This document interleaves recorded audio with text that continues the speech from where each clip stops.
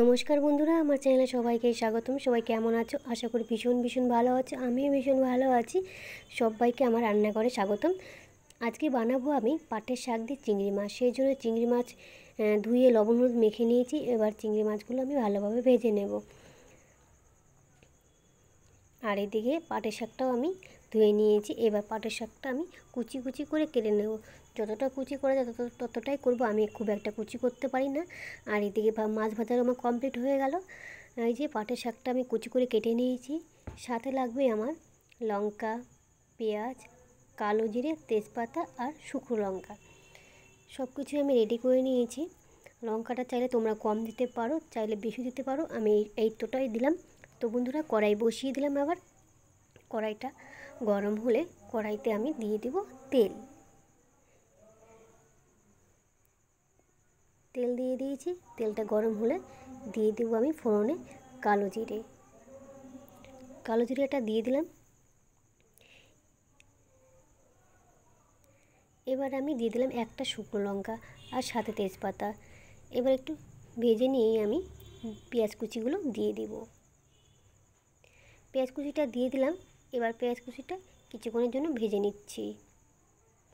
এই রান্নাটা একদমই খুব কম তেলে রান্না করা যায়, বেশি একটা তেল লাগে না। আর এইভাবে চিংড়ি মাছ দিয়ে যদি পাটের শাক রান্না করা হয়, খেতেও কিন্তু খুব ভালো লাগে। তো পেঁয়াজ কুচিগুলো আমার ভাজা হয়ে গেছে। এবার আমি লঙ্কাটা দিয়ে দিচ্ছি। লঙ্কাটা তেলে ফোড়ন দিলে ভালো হতো, কিন্তু আমি দিই না। কেননা যদি তেলের মধ্যে আমি লঙ্কাটা ছাড়ি তাহলে আমার ভীষণভাবে কাশি হয়। সেই জন্য আমি দিতে পারি না, ওই জন্য পরে দিয়ে দিই। তোমরা তেলের মধ্যেও ছাড়তে পারো। এবার কেটে রাখা শাকগুলো আমি দিয়ে দিলাম। এবার শাক দিয়ে একটু নেড়ে চেড়ে নিচ্ছি। নাড়াচাড়া হয়ে গেলে আমি দিয়ে দেবো লবণ আর হলুদ। লবণ হলুদ দিয়ে আর একটু নেড়ে চেড়ে নিচ্ছি। এবার কিছুক্ষণ ভাজা ভাজা ভাজা করে নেব।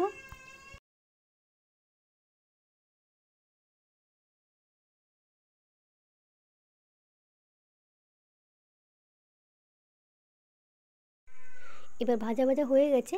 এবার একটু আদা বাটা দিয়ে দিলাম, সাথে একটু জিরা গুঁড়াও দিয়ে দেবো। এবার আর একটু ভেজে নিব।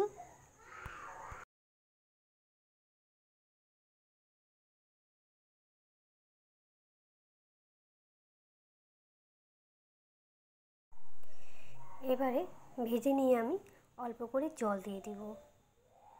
বেশি একটা ভাজতে হয় না, হালকা ভাজলেও হয়ে যায়। এবারে আমি অল্প করে জল দিয়ে দিচ্ছি।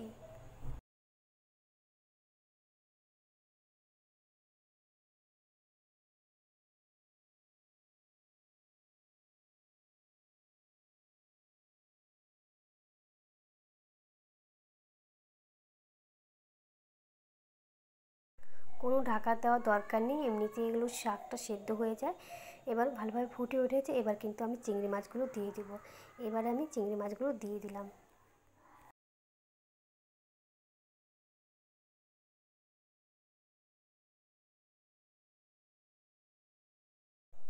চিংড়ি মাছ দিয়ে 1 মিনিট নাড়াচাড়া করে নামিয়ে নিলে রেডি হয়ে যাবে পাট শাক দিয়ে চিংড়ি মাছ।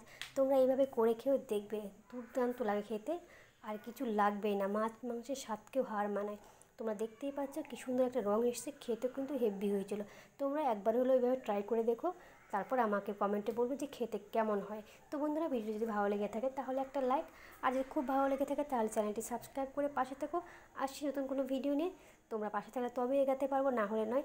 Tata, bye bye.